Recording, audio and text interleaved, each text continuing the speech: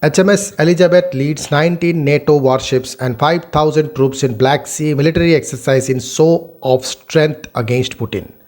Vladimir Putin was sent a stark message by British forces after HMS Queen Elizabeth led a series of war games ahead of a trip to the Black Sea. The huge 3 billion aircraft carrier was joined in Portugal by 19 NATO warships from the US and 8 other allied nations for Operation Steadfast Defender on Friday.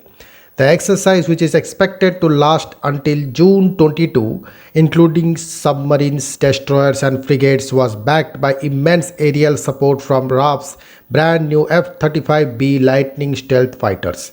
It aims to test alliance's readiness and military mobility with forces deploying across land and sea. Commodore Steve Moorhouse, the ship's commanding officer and captain, called it hugely powerful statement.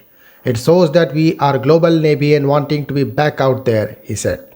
His words echoed a new show of strength as Putin prepares to meet Joe Biden in showdown talks later this month. In April, it was reported that Putin had blocked all foreign warships from reaching the country via the Black Sea. It materialized as he piled more troops on the border for military drills as he threatened warfare.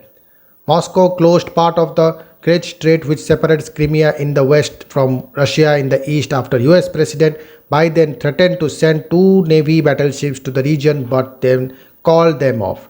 The Kremlin had earlier warned US warships to stay well away from the region for their own good, calling their potential deployment in the Black Sea provocation. NATO chiefs, who were once of those critical, have since launched a massive spending initiative after Russia annexed Crimea and Ukraine in 2018 with the aim of deterring Putin from incurring any further into Europe.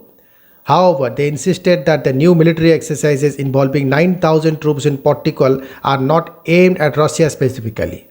The Alliance's Secretary General Jens Stoltenberg says the exercise sent an important message to any potential enemy that NATO is ready.